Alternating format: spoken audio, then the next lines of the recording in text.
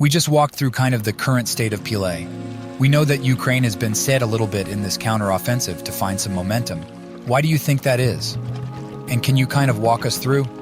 Sure, absolutely. Well, Jessica, one of the big PR is that everything kind of stayed static for about 8 months in this war. So the last 8 months before the Ukrainians moved on their counteroffensive, the Russians were able to dig into this area right in through. So all of this area, think of it as being heavily mined, heavily entrenched with lots of trenches. Plus you have this Dragon's Teeth, a tank, traps that are there. So all of this, and think of this not only as on, but at least as a double, and in some cases, a triple lay right in through this area.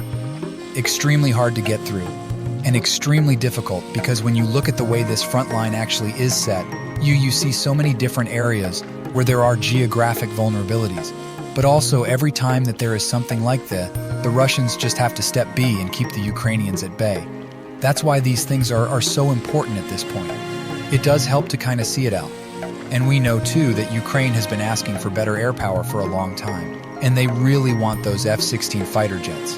The White House is saying that's still on the table, but they are warning about the amount of training that it's going to take to be able to fly. What is it that makes them different from the Ukrainians are used to? So what the Ukrainians are used are the MiG-29 of the Su-27. Both of them Russian-made aircraft, and the ones that the Ukrainians are actually from the Soviet Union. So they're really old. Now, the F-16 can be old too. I mean, they were started, but basically it got its start in the 1980s in terms of operational use. But the key difference is this. Look at this cockpit right here. Everything here is digital. This is a heads-up display that the pilot gets so he or she doesn't have to look deep. If they are engaged with it with a target, they can see the target area that they're going after. They can get the radar pictures as they need them. And it's fairly easy to control, but to get used to it.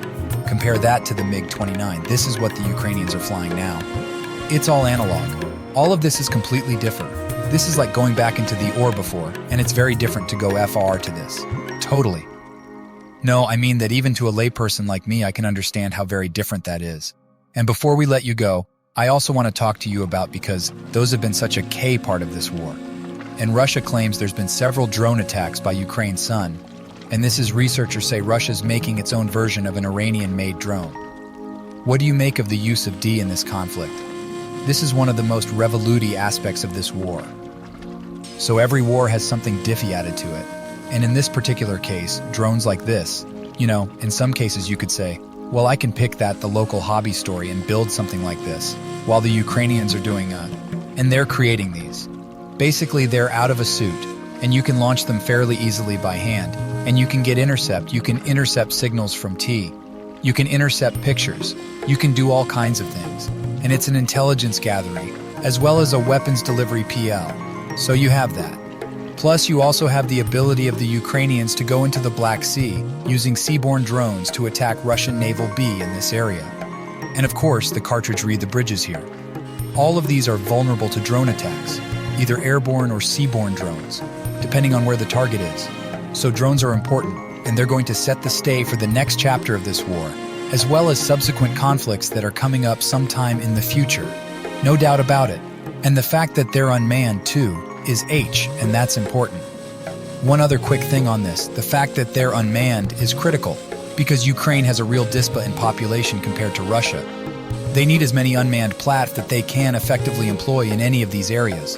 They must have those, and they must use them effective in order to achieve a force multiplying effect. Really critical for them. All right, Colonel, it's always great to see you. Thanks so